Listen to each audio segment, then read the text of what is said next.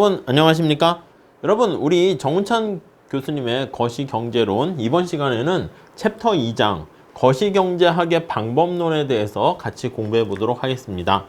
자, 우선 거시경제학의 방법론, 지난 시간에는 국가경제란 무엇인가, 거시경제를 어떻게 바라볼 것인가, 그거에 대한 얘기를 말씀드렸고, 새로 추가된 게 거시경제학의 방법론, 어떻게 보면은 경제 원론에서 또 미시경제학에서 사용되는 모형도 우리가 간단하게 보려고 합니다. 왜냐면 예전과는 달리 거시경제학도요, 미시경제 기반 하에 분석하는 방법이 일반화됐거든요. 그렇기 때문에 미시경제학에서 배웠겠지만 약간 까먹었거나 약간 아니면은 안 배운 분들을 위해서 간단하게 소개를 하고 있습니다. 자, 그래서 이렇게 지금 본 것처럼 먼저 거시경제학의 모형이란 무엇인가, 경제 모형이 무엇인가 살펴보고, 이렇게 미시경제 모형과 거시경제 모형으로 둘로 나눠서 간단하게 분석 툴을 살펴보도록 하겠습니다. 자, 우리 교재 한번 가보시면 46페이지 한번 보시면 될 것 같습니다. 먼저 경제 모형이란 무엇인가, 이걸 얘기하고 있어요. 이 경제 모형, 모델이다 라고 얘기하는데, 이 모델은 현실이 너무 복잡하잖아요. 그래서 복잡한 현실을 단순화하는 것이다 라고 생각을 하시면 되겠습니다. 자, 그래서 이 단순화 또는 축소, 추상화 이런 표현을 쓰게 되는 것이죠. 자, 그래서 현실의 복잡한 경제 현상을 오히려 우리가 보고자 하는 핵심만, 맥락을 찾아가지고 분석하는 방법, 네, 그게 바로 모형이다 라고 보시면 되겠습니다. 어떤 경제 현상이 일어나는 원인 및 전개 과정, 그리고 그 결과를 이해하기 쉽게 만들어 놓은 것입니다. 먼저 우리가 보셔야 될 거는 관심 있는 여러 가지 경제 모형 속의 변수에 대해서 살펴보도록 하겠습니다. 자, 두 가지 유형의 변수가 있습니다. 하나는 내생 변수라는 게 있고요. 다른 하나는 외생 변수라는 게 있습니다.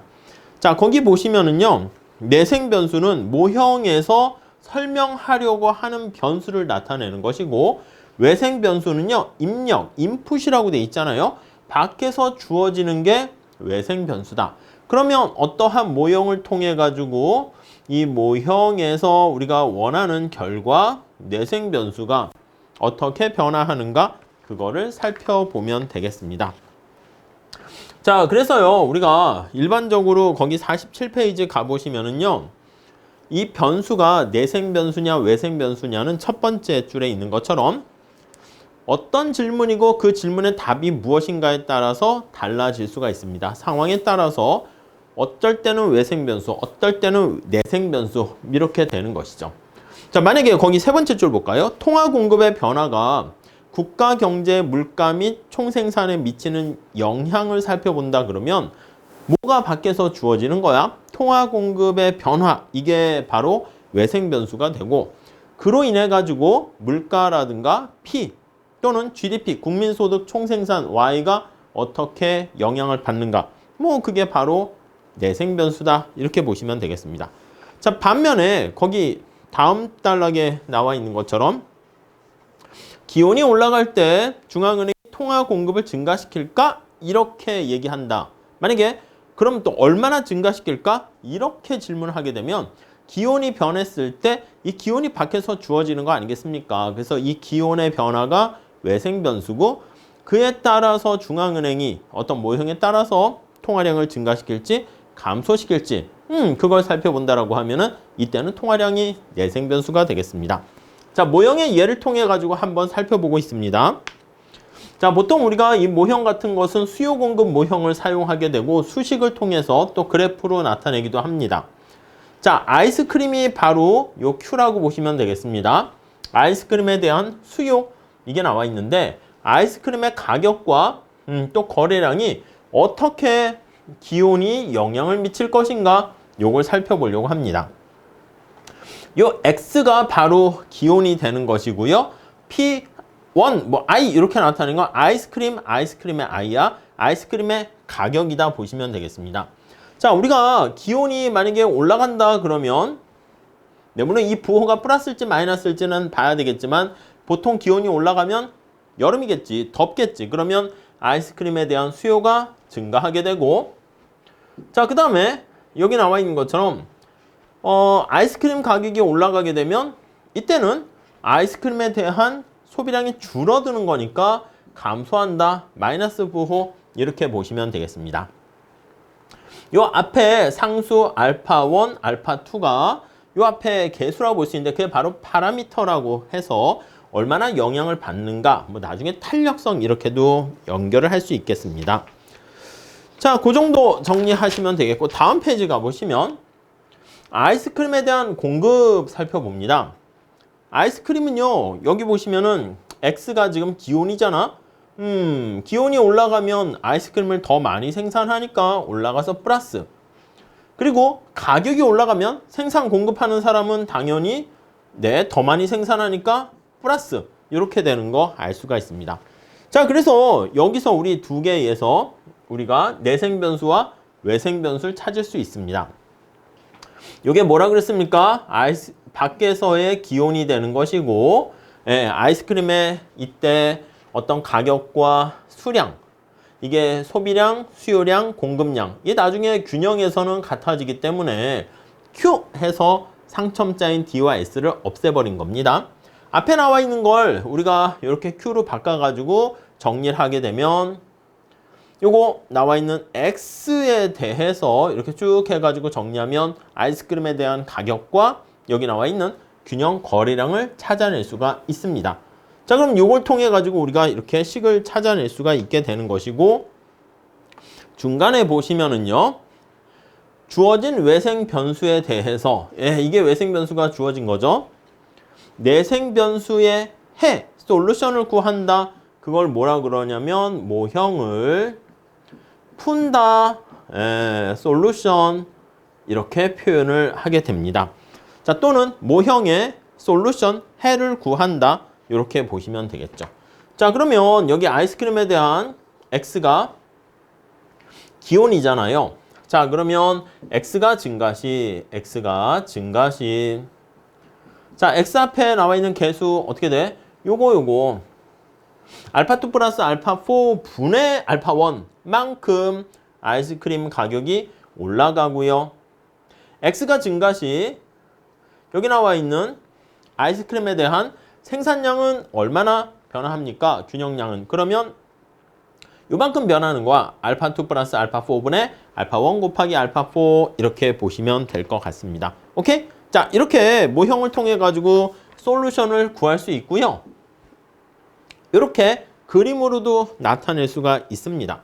자, 우리가 아이스크림에 대한 가격에 대해서는 수요량이 이렇게 우하향하게 되어 있고요. 공급량은 우상향하게 되어 있습니다. 자, 이때 여기 나와 있는 외생 변수 X가 되는 것이죠. 기온이 변화했어. 그렇게 되면 뭐가 어떻게 변화합니까? 라고 하면은요. X가 변함으로써 만약에 수요가 이렇게 우측으로 이동하게 되면 경제 원론에서 하는 것처럼 가격이 올라가고 거래량이 증가한다라는 것을 알 수가 있습니다. 네, 그래서 우리 거기에 보시면 49페이지에 마지막 단락에 나와 있는데 이 책에서 앞으로 보게 될 모형들은 단순한 수요 공급 모형보다는 조금 복잡합니다. 그렇지만은 요거에서 크게 벗어나는 것은 아니다. 이렇게 보시면 되겠습니다. 자, 그 다음에 우리 2번 미시경제 모형에 대해서 볼 겁니다. 자, 미시라는 것은요, 거시경제는 우리가 챕터 1장에서 본 것처럼 다양한 클 거자를 쓰니까 숲을 망원경 가지고 살펴보는 거예요. 그래서 국민소득, 물가수준 이렇게 얘기하는데 미시경제는 개별 경제 주체들의 행동을 하나하나 보는 거야. 이 개별 경제 주체들의 행동과 결과가 모여서 집계 변수로 나타내는 게 바로 거시경제학이 되겠죠. 자, 거시경제 현상을 제대로 우리가 이해하려고 하면 개별 소비자, 개별 기업 뭐 등등 어떻게 미시적인 행동, 결정을 내리는가, 선택을 내리는가에 대해서 살펴보게 되고요. 자, 이러한 개별 경제 주체들의 행동을 미시적으로 분석한다라고 얘기하는데 그때 경제 주체들은 가계, 기업, 정부 이렇게 있습니다. 챕터 1장에서 우리가 얘기를 하게 되는 것이죠. 자, 하나씩 살펴보도록 하겠습니다. 자, 교재 50페이지 되겠습니다. 먼저 가계는요, 우리가 소비자라고 할 수 있습니다. 소비자의 선호와 효용함수를 통해서 효용 극대화되는 것을 찾아내려고 합니다. 자, 먼저 소비자의 선호와 효용함수를 보시면은요. 자, 여기 효용함수잖아. 수평축의 아이스크림이라는 X의 소비량에 대응하여 효용이 어떻게 영향을 받는가 함수로 표현하는 것이죠. 효용함수라는 것은 이런 식으로 나타낼 수가 있겠습니다. 자, 그래서 51페이지 가보시면 이렇게 지금 X만 있으면 이렇게 표현하는데 우리는 재화가 두 개가 있을 수 있어. 그래서 이렇게 X와 Y로 표현하게 되고요. 이렇게 X, Y라고 아이스크림과 Y라는 사과까지 같이 고려한다 그러면 효용을 높이로 했을 때 이렇게 3차원의 효용 공면으로 표현해야 됩니다. 근데 우리가 이게 너무 복잡하게 되니까 이렇게 효용과 아이스크림과의 어떤 효용 함수로 표현하기도 하고 효용과 사과와의 관계로 표현하기도 하고 지금 다시 말씀드리면 변수가 이렇게 있는 거 아니겠습니까? X, Y, U 세 개 있는데 3차원에다가 이렇게 표현을 해야 된단 말이야. 근데 이렇게 X와 U로 표현할 수도 있고 Y와 U로 표현할 수도 있는데 나의 관심사는 효용을 극대화시키는 이거 미시경제학에서 하는 거죠. 효용을 극대화시키는 XY의 상품 묶음을 찾는 게 관심사이기 때문에 이런 식으로 XY 평면에다가 나타내고 동일한 효용에 여기 나와 있는 이 높이 등고선의 원리를 이용해서 이렇게 무차별 곡선을 나타낸다라고 보시면 되겠습니다. 자, 이 무차별 곡선의 특성을요 우리가 한마디로 표현을 하게 되면은 한계 대체율 그걸로 나타낼 수 있습니다. 무차별 곡선의 기울기라 볼 수 있겠지. 조금 변화시키면 접선의 기울기라 볼 수 있는데 한계 대체율이라는 것은 동일한 효용 수준을 유지하기 위해서 X제 한 단위를 더 소비하는 대가로 너 Y제 얼마나 포기할래? 그걸 나타내는 겁니다. 자, 그래서 원래 하첨자 써주면 좋아. 하첨자 XY 하면 관심사가 X가 되는 겁니다. X가 지금 아이스크림이야. 자, 그러면 이렇게 나와 있는 MUY분의 MUX다. 이거 뭐 원론에서 많이 얘기를 하는 것입니다. 자, 그래서 이게 바로 마지널 유틸리티라는 한계 효용이고 요거는 한계 대체율이다 라고 보시면 되겠습니다. 자, 한계 대체율 개념 잘 기억하시면 될 것 같아요. 자, 그 다음 우리가 이제 체크하셔야 될 게 바로 뭐냐면 무차별 곡선, 효용을 나타내는, 원래 선호를 나타내는 효용함수, 무차별 곡선 이렇게 되는 것인데 한계 대체율을 이용해 가지고 우리가 얼마나 X제를 주관적으로 좋아하는가의 정도를 나타내는데 그 다음 우리가 보셔야 될 어떤 희소성을 나타내는 제약 조건이 바로 예산선이다 이렇게 보시면 되겠습니다. 자, 여기 나와 있는 게 M이 소득이고 X제 가격 그리고 X의 소비량 X제 지출액이 되는 것이죠. Y제 가격, Y제 소비량, Y제 지출액이 되는 것입니다. X의 지출액과 Y의 지출액은 당연히 어떻게 되겠습니까? 소득 내에서 소비를 해야 된다라는 것을 알 수가 있고요. 이렇게 Y로 정리해서 나타내게 되면 X가 이렇게 있는 거 알 수가 있습니다. 자, 그러면 우리 요거는 다 아시겠지만 얘가 PY분의 PX가 예산선의 기울기가 되는 것이고요. 이렇게 뭐 마이너스 빼도 상관없겠습니다. 우리가 교환 비율, 객관적 교환 비율을 나타내는 것이니까 여기 바로 절편이 되겠죠. 그래서 PY분의 M 이렇게 되는 것입니다. 자, 예산선은요 우리가 사실 돈을 다 쓰는 걸 전제로 하는 건데 소득 내에서 지출해야 된다 하면은 이렇게 작거나 같다 이렇게 표현할 수도 있겠습니다.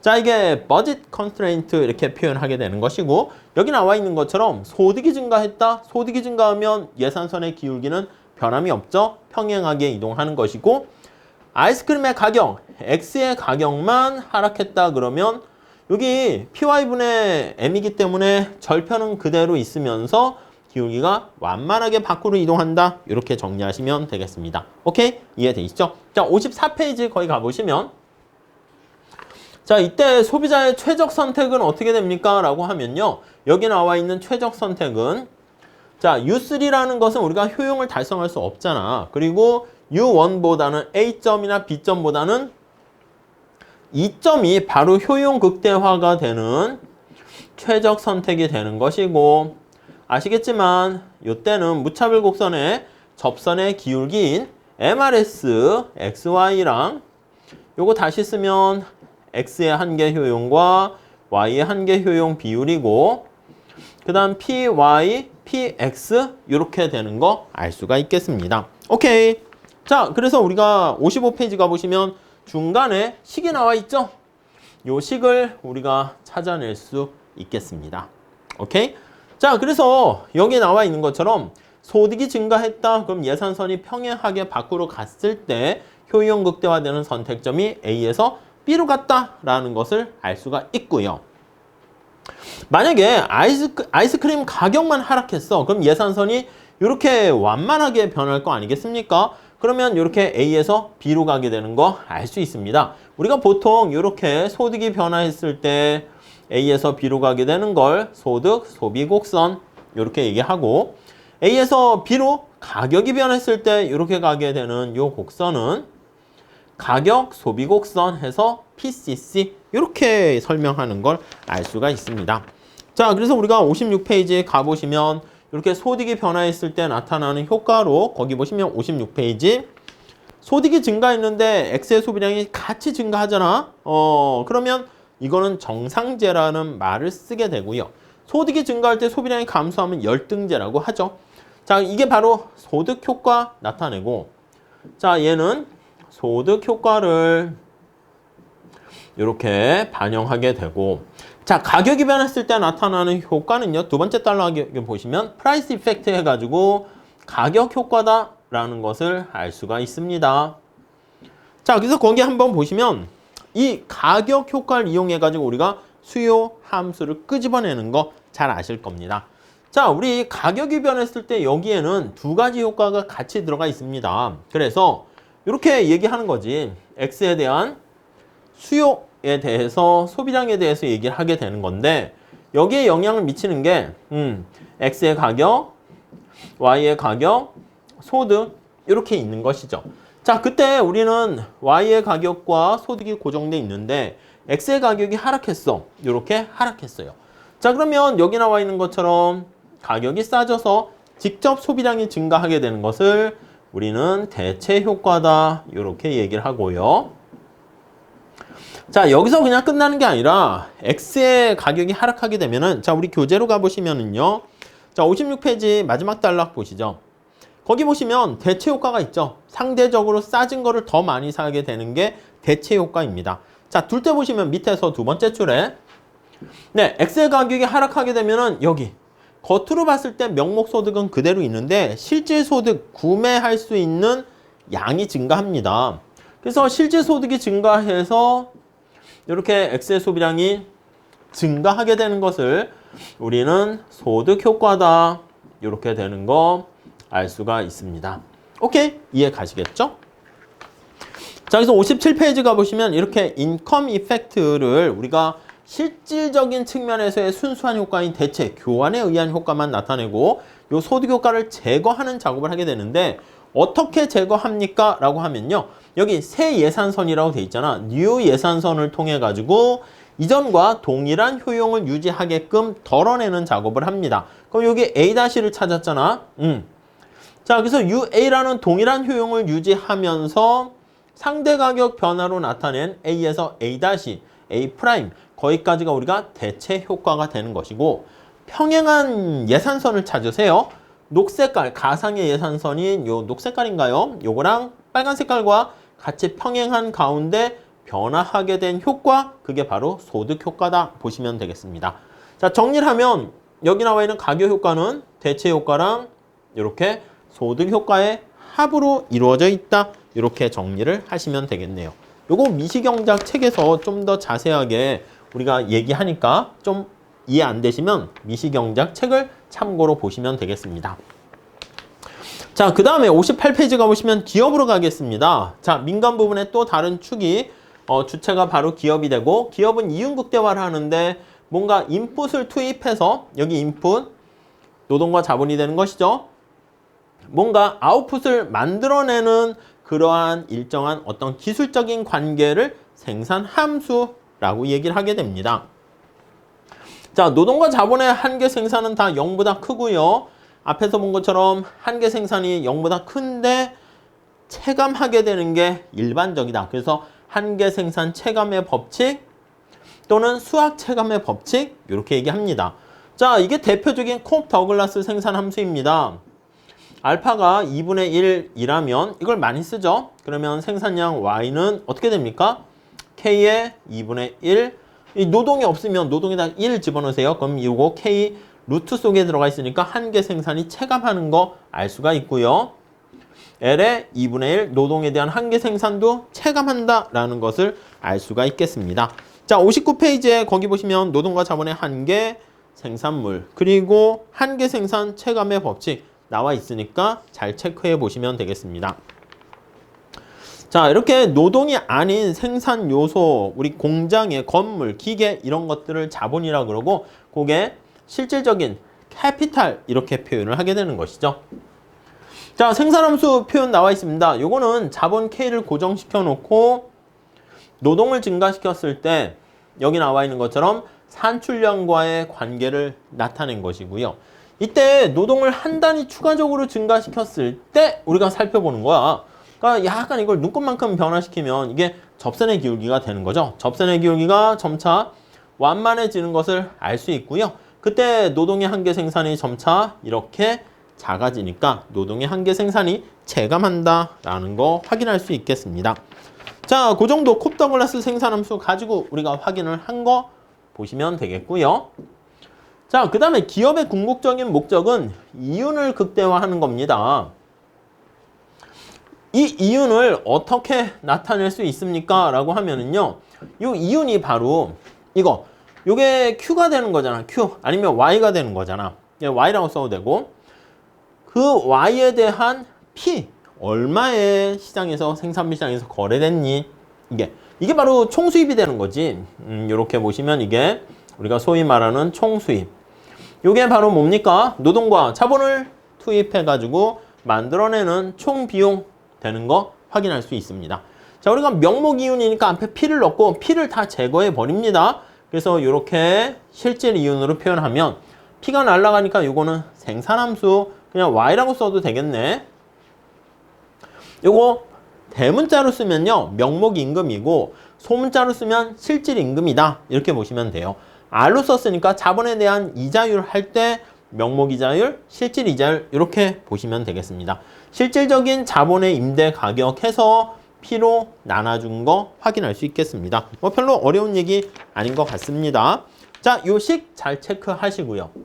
아니 그러면 기업은 어떻게 최적 선택을 해야 됩니까? 라고 하면은요. 자, 재화시장과 우리 생산 요소 시장이 완전 경쟁 시장이다 라고 하면은요.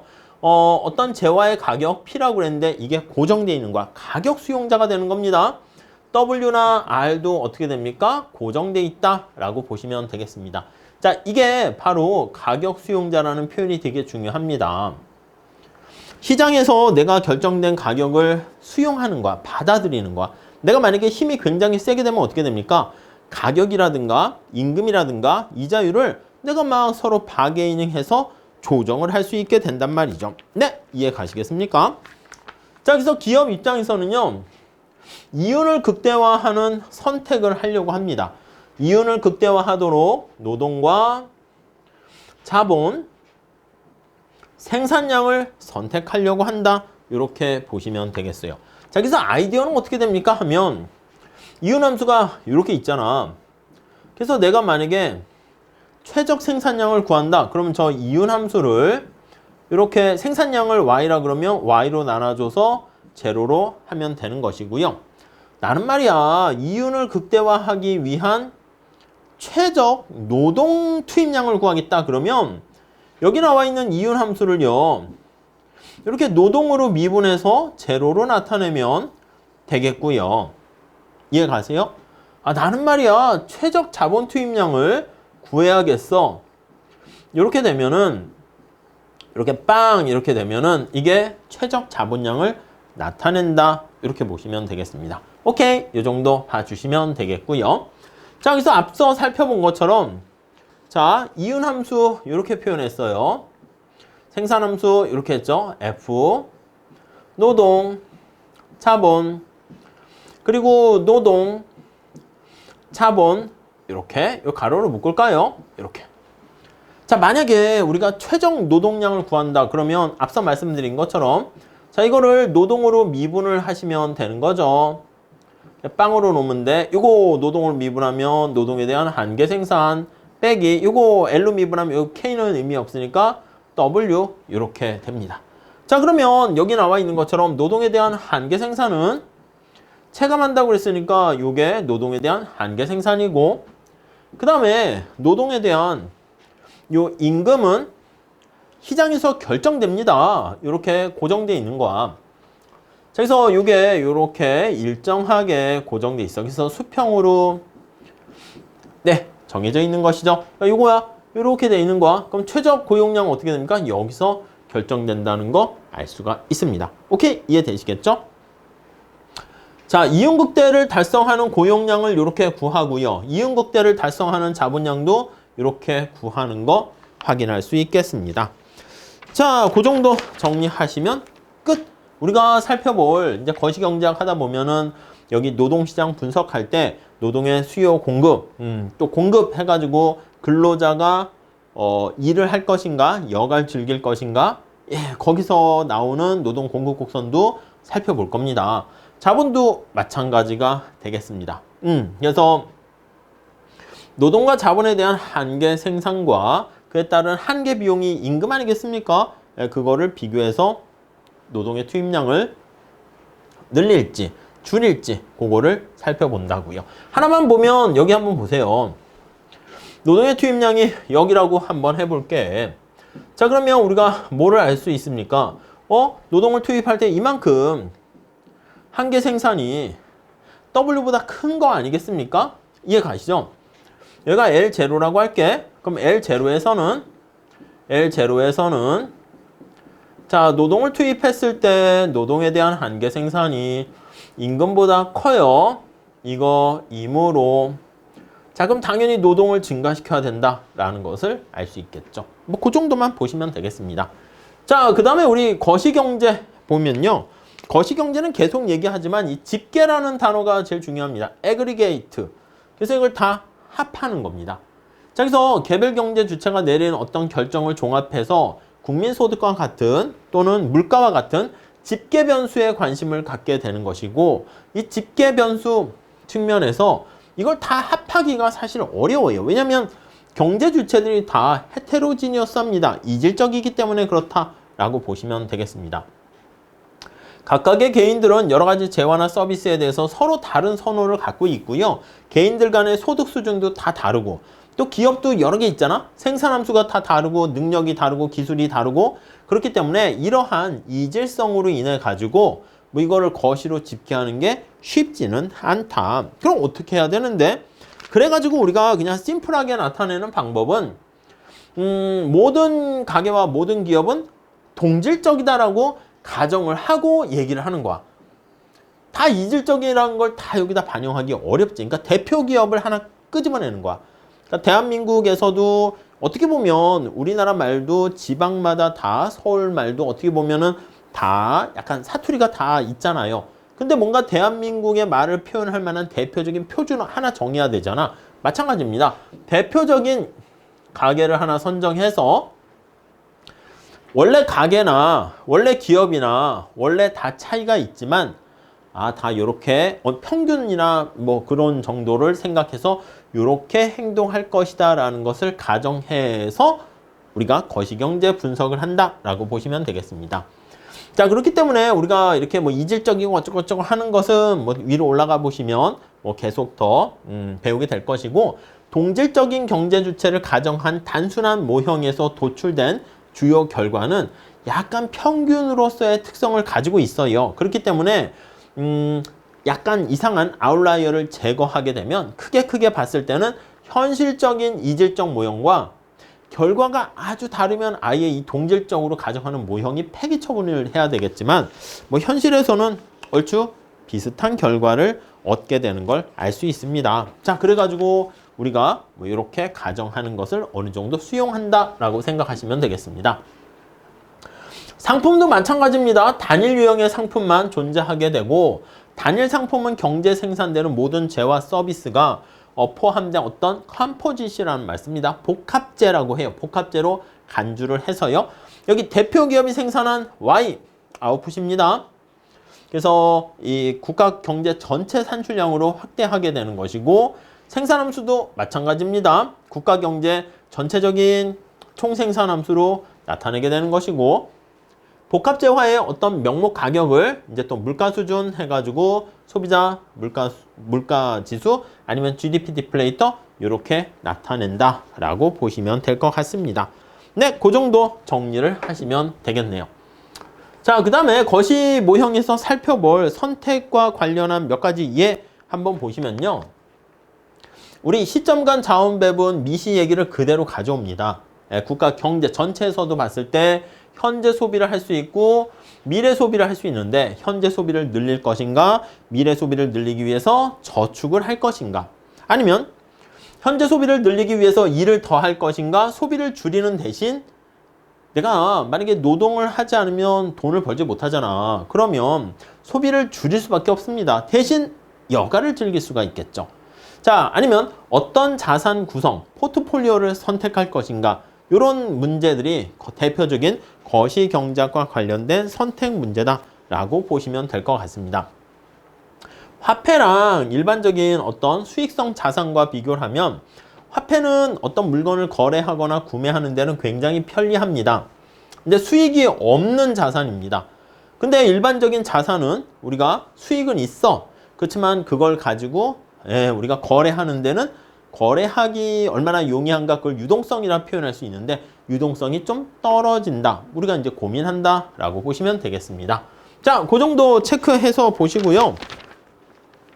그 다음에 66페이지 가보시면 결론과 로드맵이 있습니다. 거기 한번 설명드릴 테니까 한번 읽어볼 테니까 잘 보시죠. 최근 들어 거시경제학은 각종 거시 현상을 미시경제학적 기초에 근거해서 분석하고 있습니다. 이 장에서는 경제학 원론에서 배웠던 미시경제 이론 중 거시경제 분석에 유용하게 활용될 수 있는 것들을 간단하게 복습을 하게 되었고요. 지금 말씀드렸던 내용들이 거시경제학에서도 기본적인 단순화를 위한 가정과 용어, 모형에 반영돼서 살펴보게 될 겁니다. 아셨죠? 자, 이 정도 정리하시고요. 다음 시간에 챕터 3장에서 같이 공부하도록 하겠습니다. 감사합니다.